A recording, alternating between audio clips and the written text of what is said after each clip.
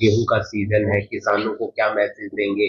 तो बहुत सारी उनमें कंफ्यूजन है कि फोटो होगी, सत्यापन के लिए बायोमेट्रिक होगी। देखिए, सबसे पहले तो मैं किसानों को इस बात की बधाई देता हूँ और शुभकामना भी करता हूँ कि एक नई फसल जो इस समय आती है और फसल पकनी शुरू हो गई है, कुछ जगह पर पक करके मंडी में आना भी शुरू हो गया है और उन सबको शुभकामना। और मैं समझता हूँ कि जैसे मौसम बीच बीच में कभी कभी करवट बदल लेता है, तो इस मौसम का थोड़ा सा और यानी एक प्रकार से खराब ना हो और वो फसल काट करके सूखी फसल और मंडी में लेकर के आए। मंडियों में सब प्रकार की व्यवस्थाएं तैयार हैं, बना दी गई हैं, चाहे मंडी के अंदर एंट्री गेट पास है अथवा मंडी में खरीद है, उसके बाद धुलाई है, वहां से फिर आगे गोदामों में भेजने का काम है। सब मार्केटिंग बोर्ड ने सारी व्यवस्था तैयार कर ली है, किसी प्रकार की कोई कठिनाई नहीं आएगी। सर, राघव चड्ढा कह रहे हैं कि अब मैं सैलाब बनकर आऊंगा, आपके ही है, जैसे आप लोकसभा में, वो राज्यसभा में, तो उन्हें उपनेता हटा दिए। किस तरीके से देखते हैं आम आदमी पार्टी की इस राजनीति को आप? देखिए, पहली बात तो यह है कि वो आम आदमी पार्टी का अपना अंदरूनी विषय है, मुझे बोलने का अधिकार नहीं है। फिर भी जैसे एक चर्चा चलती है उसके अंदर सभी पार्टियों को, जैसे पार्टियों को सब देखते भी हैं। पार्टियों में डेमोक्रेसी होनी चाहिए, पार्टियों में सबको अपनी बात कहने का अधिकार होना चाहिए। ये कहीं भी कोई अड़चन ना लोकसभा में आती है ना राज्यसभा में आती है। लेकिन इंटरनली जिन पार्टियों के अंदर बहुत से विवाद चले रहते हैं वो किसी दूसरे नेता को बनने देते नहीं है। वो कांग्रेस भी ऐसी है, आम आदमी पार्टी का भी बहुत बुरा हाल है। आम आदमी पार्टी के कितने ही नेता, हालांकि बहुत सारे देश में कहीं नहीं है, दिल्ली में तो राज किया या पंजाब में राज कर रहे हैं, और उतने में भी वो जितने नेता उनके साथ जुड़े और धीरे धीरे करके वो उनको छोड़ के जा रहे हैं।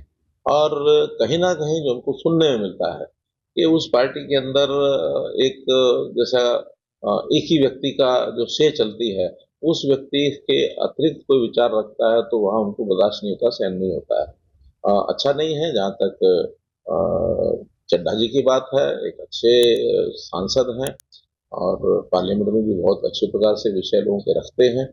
अब वो ठीक है कि विरोधी दल के नाते से एक विचार भिन्नता या विरोध करना वो सब पार्टियों का अपना एक अधिकार भी है, वो करना है, कोई दिक्कत नहीं है। हम उनकी उठाई बातों का उत्तर भी सबका देते हैं, लेकिन उनके विवाद के कारण से आगे क्या होता है उनका अपना इंटरनल मामला है, उसके बारे में चंडीगढ़ में बीजेपी कार्यालय में जो ग्रेनेड ब्लास्ट हुआ है, आईएसआई कनेक्शन माना जा रहा है, तो इस पर आप क्या समझते हैं, क्या हो रहा है? जहाँ तक उस ग्रेनेड के फटने की बात है, बहुत ही निंदनीय वो विषय है। फिर भी पुलिस जो है उसकी छानबीन कर रही है। उसके अंदर चंडीगढ़ पुलिस और पंजाब पुलिस मिल करके इस सारे विषय को कर रहे हैं। जहाँ तक मेरी जानकारी है, वहाँ के डीजीपी पंजाब ने जो यादव जी हैं उन्होंने इस बात का खुलासा किया है कि 5 लोग उसमें पकड़े जा चुके हैं और कुछ लोग और पकड़ने शेष हैं।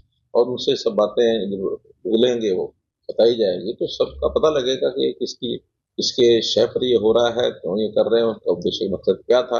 लेकिन ये जो घटनाएं हैं ये पंजाब में होती रही हैं, वो तो हम ध्यान करते हैं, लेकिन चंडीगढ़ में ऐसी घटनाएं होना ये बहुत ही चिंता की बात है। चंडीगढ़ अपने आप में एक केंद्र शासित प्रदेश है, दोनों प्रदेशों की राजधानी भी है, तो चंडीगढ़ एक ऐसा शांतिप्रिय शहर है और मैं समझता हूँ ये घटनाएं वहाँ इसको कोई भी उचित नहीं ठहरा सकता। उनके खिलाफ कार्रवाई करने का काम जरूर पुलिस करेगी। पंजाब के आरती एसोसिएशन हरियाणा के मुख्यमंत्री नैब सिंह सैनी से मिली है, उनकी कोई मांगे थी काफी लंबी। इनकी पंजाब आरती एसोसिएशन, देखिए पंजाब के साथ हमारा संबंध है, बहुत पहले का है, और मैं हरियाणा के जो मुख्यमंत्री हैं नायब सिंह सैनी, उनको इस बात के लिए बधाई भी देता हूँ कि वो लगातार हरियाणा तो खैर रहते ही हैं लेकिन साथ में पंजाब में भी स्थान स्थान पर जाकर के दौरे भी कर रहे हैं। और पंजाब के लोगों का विश्वास अब भारतीय जनता पार्टी की ओर बढ़ा है। वहाँ के किसान पिछले दिनों मेरे पास भी आए थे और कुछ उनकी समस्याएं थी वो बातचीत करके गए हैं, 2-3 डेलीगेशन मिल चुके हैं और जगह जगह के लोग हम तो निमंत्रण भी दे रहे हैं। लेकिन आगे जैसे धीरे धीरे चुनाव आएगा तो चुनाव में गतिविधियां और तेज होंगी। और नायब सिंह सैनी जी भी बहुत हमारे कई रैलियां कर चुके हैं, अभी भी जहाँ से भी कोई मांग आती है वहाँ जाते हैं, बात करते हैं। और पंजाब बहुत सी पार्टियों को सबको देख चुका है, कांग्रेस को उन्होंने देख लिया, आम आदमी पार्टी को देख लिया, अकाली दल को देख लिया। अब चर्चा एक ही है कि हम इस बार भारतीय जनता पार्टी को देखेंगे, क्योंकि देश में सबसे बड़ी पार्टी के नाते से सबसे ज्यादा राज्यों में अगर आज कोई शासन किसी का है तो भारतीय जनता पार्टी का है। तो पंजाब के लोग भी इस बार बहुत कुछ परिवर्तन लाने की एक मन में उनसे विचार बना हुआ। 5 राज्यों के चुनाव है सर, आपकी क्या तैयारी? आप भी कहीं जाएंगे तो फिर बिगुल तो बच चुका है। 5 राज्यों में भारतीय जनता पार्टी की पूरी तैयारी है। देश भर के जो कार्यकर्ता हैं अलग अलग प्रदेशों में जिनकी ड्यूटी है वो जा रहे हैं। मुझे भी 12 तारीख को वहाँ जाना है कलकत्ता बंगाल में, और बंगाल में कुछ स्थानों पर कार्यक्रम होंगे, उनको फिर चलना है। सर करनाल के लिए क्या कुछ नया ला रहे हैं?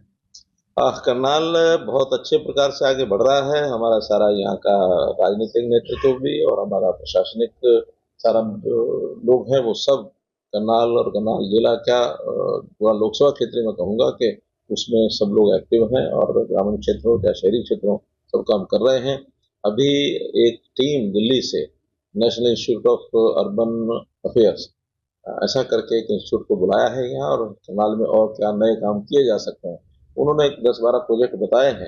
उन प्रोजेक्ट्स पर एक बार फाइनल होने के बाद काम करेंगे, और करनाल एक अच्छा शहर वर्थ लिविंग जैसा है, पहले से भी है।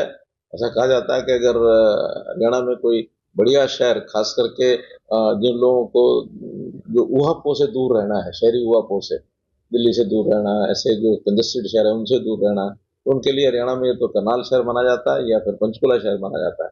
तो इन शहरों का अपने आप में विकास पहले भी हो रहा है, फिर भी यहाँ जैसे नया बाईपास बन रहा है, नए जैसे नए सेक्टर बनाने की बात भी HSPP कर रहा है। यहाँ इंडस्ट्री के लोग भी अपने आप में आगे बढ़ने के लिए तैयार हैं। यहाँ की कुछ मार्केट्स में भी अदल बदल किया जा रहा है। यहाँ की क्लॉथ मार्केट जैसे मुझे बताया गया सेक्टर 37 में उनको एक नया स्थान वो ले रहे हैं, तो वहाँ निकलेंगे। डायरेक्ट फ्लाई ओवर जो है वो भी बन रहा है रेलवे रोड के ऊपर। तो ऐसे जो सारे विषय शहर के नागरिक को एक अच्छा जीवन, सुखी जीवन व्यतीत करने के लिए ईज ऑफ लिविंग के नाते करनाल बढ़िया शहर है, और भी जितने प्रोजेक्ट आएंगे उनको सबको करें।